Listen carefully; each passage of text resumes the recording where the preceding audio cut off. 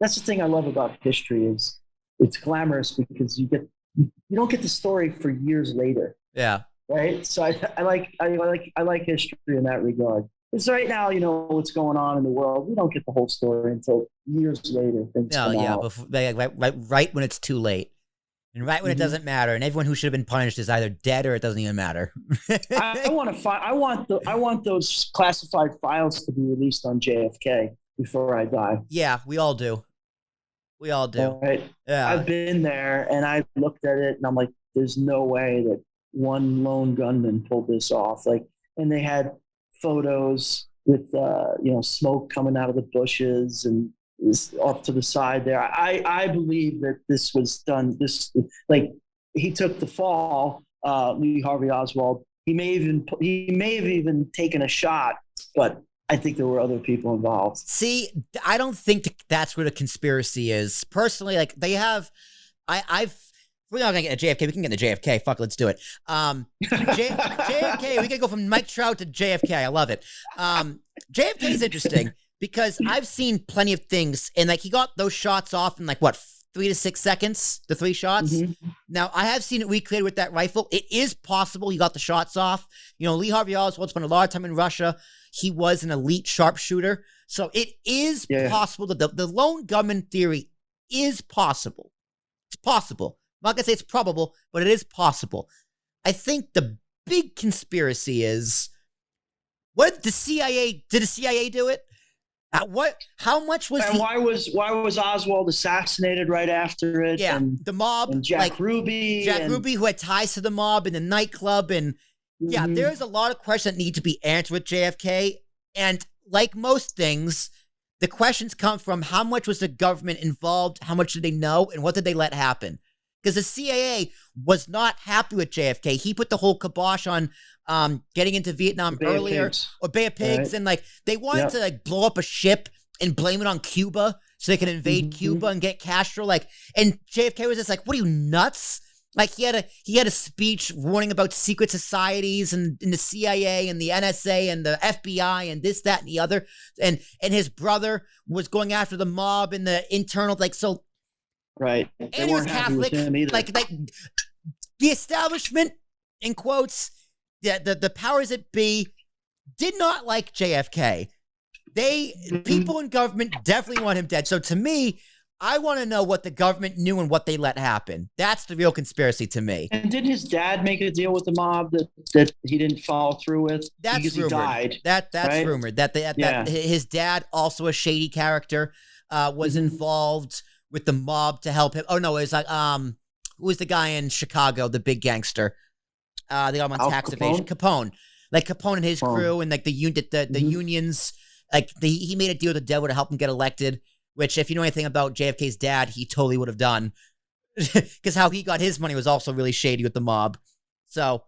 Well, he was a bootlegger. Bootlegger, exactly. Right? And that's a prohibition. So what I love now, speaking about things that are coming out years later, are these podcasts with these ex-mobsters, like Sammy the Bull Gravano. Mm-hmm. He's got like 500,000 viewers on YouTube. He's got a podcast. Right? He's got a podcast. He's got a podcast.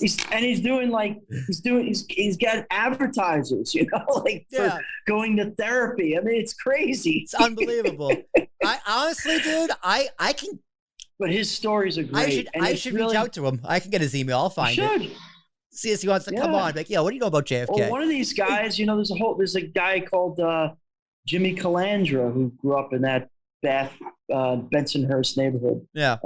Bath Avenue. Like he might come on your podcast. He wasn't in the mob, but he was around it and went to jail and all that and cooperated. There's a lot of guys who are coming out now who cooperated. There's another guy, Michael DiLinardi or something like that. He's got a new podcast. He was a captain in the Gambino family. These would be really good interviews for you. I would love to. Well, here's a little secret, Phil, because I know you do have a podcast as well. If you ever want to at least blindly reach out to someone who has a podcast, here's a little secret. And a podcast is distributed through what's called an RSS feed. And every single RSS feed is publicly available, meaning you can go into a line of code and read everything that's in it. And every RSS feed needs to have an email address associated with it. So if you can get to that source code, you can find the email. Now, is that email active? Are they going to answer to you? No idea. Couldn't tell you. If you find mine, it's will@apspodcast.com. Mine's very active. If you want to be a guest on this podcast, that's how you find me. But every podcast has an email in the RSS feed. Now, some of them, if you use a platform like Anchor, they generate it, so it's just a random number, and it's like one of those randomly generated emails. So you won't find any luck there. But if it's hosted independently or through other services, the email address will be there. You can give out a blind email, and hopefully they answer you. So I'll look into that, talking to some mobsters, because I would love to talk to a mobster. Like, I'm Italian from Boston. What you got? How much do you hate? What's his name? The guy with me from Black Mass. How much do you hate him? Whitey Bulger. How much do you hate Whitey Bulger? Whitey Bulger. Yeah. Well, he did. Yeah, Sammy the Bull did the podcast on him. He actually didn't like him. Well, I mean, he did some really bad things. Like, well, also up in Boston was the North End and South End.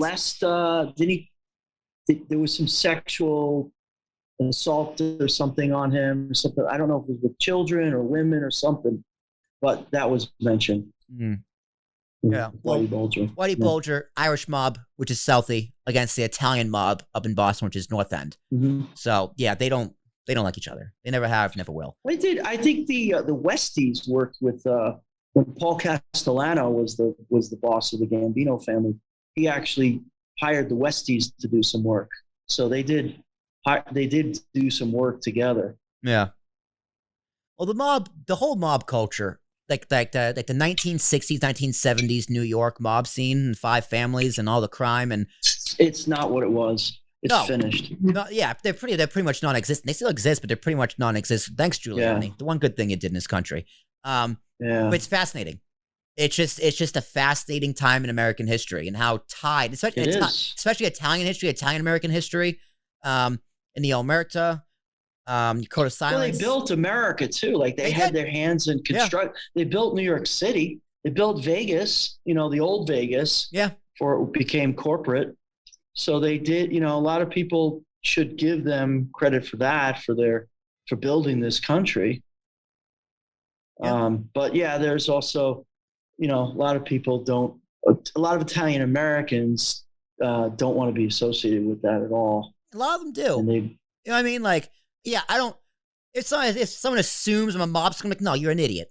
But if someone assumes my family has mob ties because I'm Italian, you're an idiot. But it's like, as an Italian, can I say I'm proud of it? Pride is a weird word to use, but I acknowledge it and I appreciate it for what it is because it's part of, like it or not, it's part of my history. It's part of my culture's history.